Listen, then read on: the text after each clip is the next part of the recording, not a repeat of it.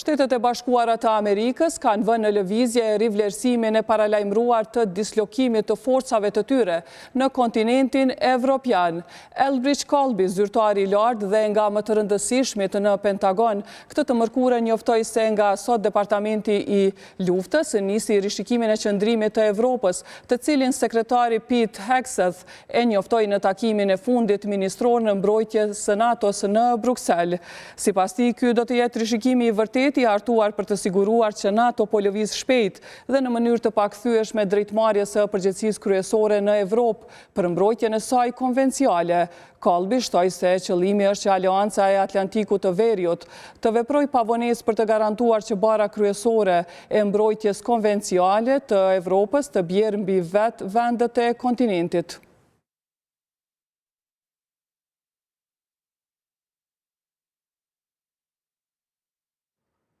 Në anën tjetër, kancelari gjerman Friedrich Merz është i interesuar për zgjerimin e